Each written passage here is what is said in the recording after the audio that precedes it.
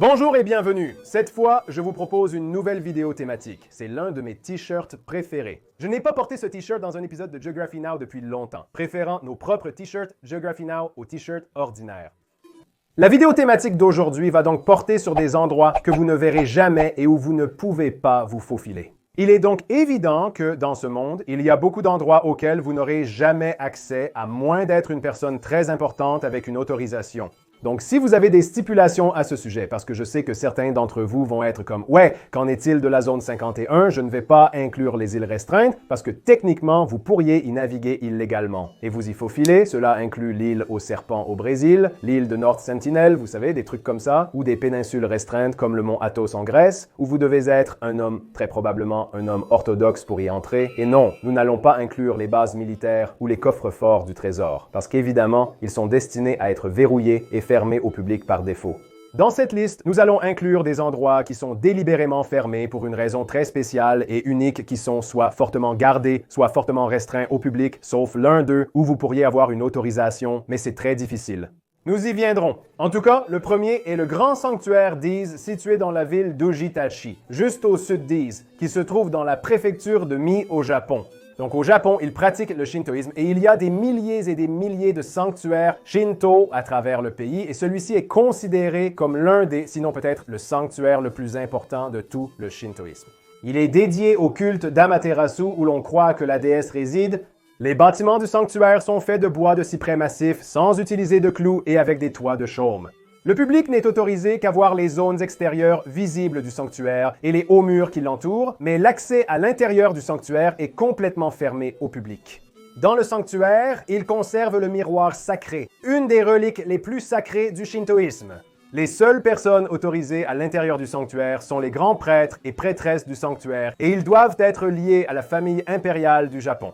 Et soi-disant, selon la légende, la famille impériale descend d'Amaterasu.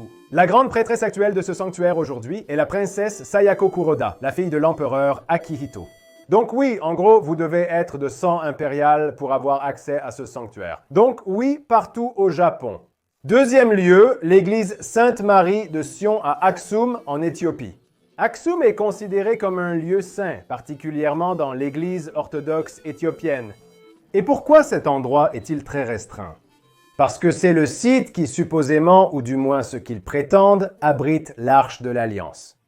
L'une des reliques les plus incroyablement importantes pour la foi chrétienne et juive et ce qui a bien sûr inspiré les aventuriers de l'Arche perdue d'Indiana Jones. Donc selon les Écritures, il y a longtemps, le roi Ézéchias, qui était l'un des fils de Salomon, a caché l'Arche de l'Alliance. Et depuis lors, personne ne sait exactement où elle se trouve. Supposément, la dernière fois qu'elle aurait été vue était au 16e siècle. Et dans cette église, il y a un prêtre qui est nommé à vie. Et son travail consiste à veiller sur le réceptacle sacré.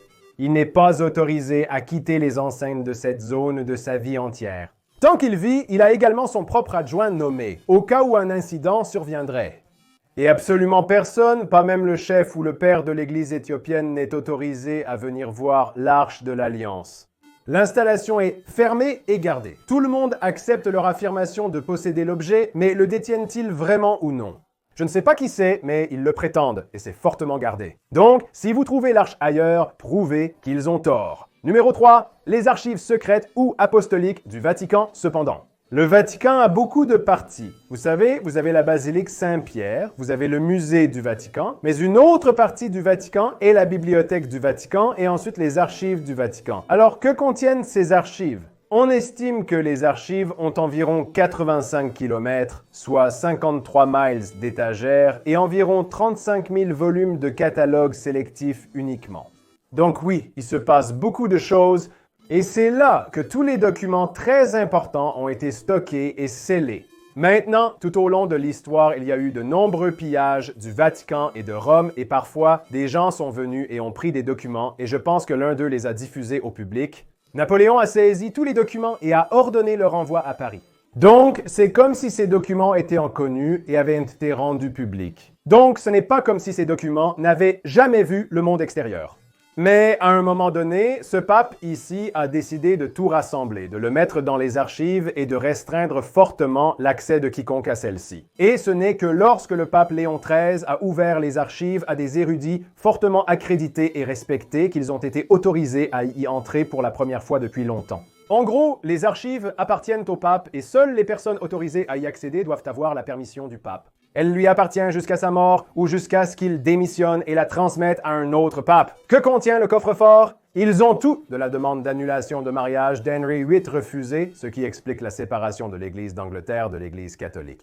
Ils ont le manuscrit écrit à la main du procès de Galilée. Ils ont des lettres de Michel-Ange se plaignant de ne pas être payé pour son travail. Ils ont même une lettre de Marie, reine des Écossais, juste avant son exécution et des documents globaux que l'Église a accumulés au fil des siècles et cela remonte très loin. Je veux dire, si vous avez déjà été au Vatican, je veux dire, vous savez que c'est un peu difficile de passer ces gardes suisses et il y a des endroits où vous n'êtes pas autorisé à entrer, donc pas vraiment une surprise, mais ouais, Vatican, numéro 3, Kankarpuensum. Maintenant, nous avons mentionné cela dans l'épisode du Bhoutan, c'est le pic le plus élevé du Bhoutan et à ce jour, c'est le pic le plus élevé non gravi dans le monde. Le sens du nom signifie le pic blanc des trois frères spirituels. Maintenant, en 1994, le Bhoutan a restreint toute escalade de montagne de plus de 6000 mètres et en 2003, ils ont interdit tout alpinisme.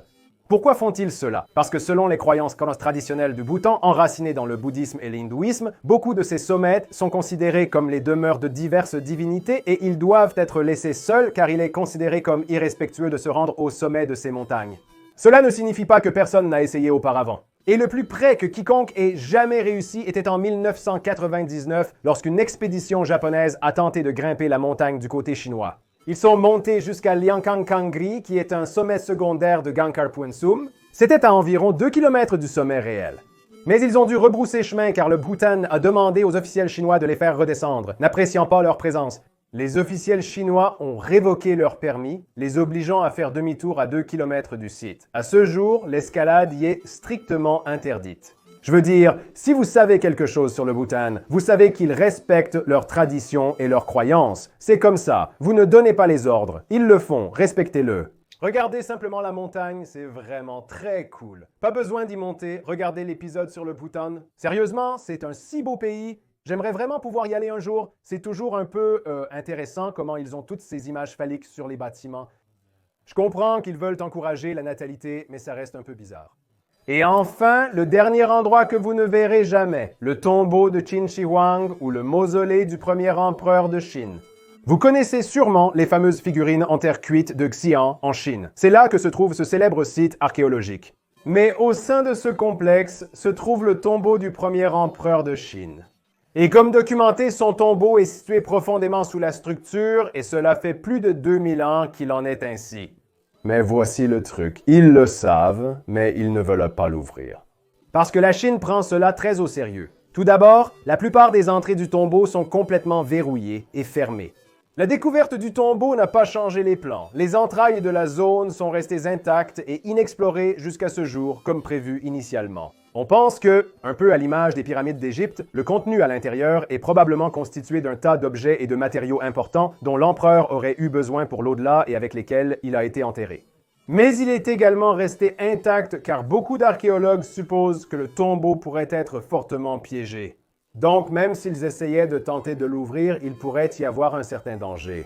Imaginez s'ils tentaient d'ouvrir le tombeau et tombaient sur de vrais pièges à éviter, comme dans un film d'Indiana Jones. Ce serait revivre l'histoire.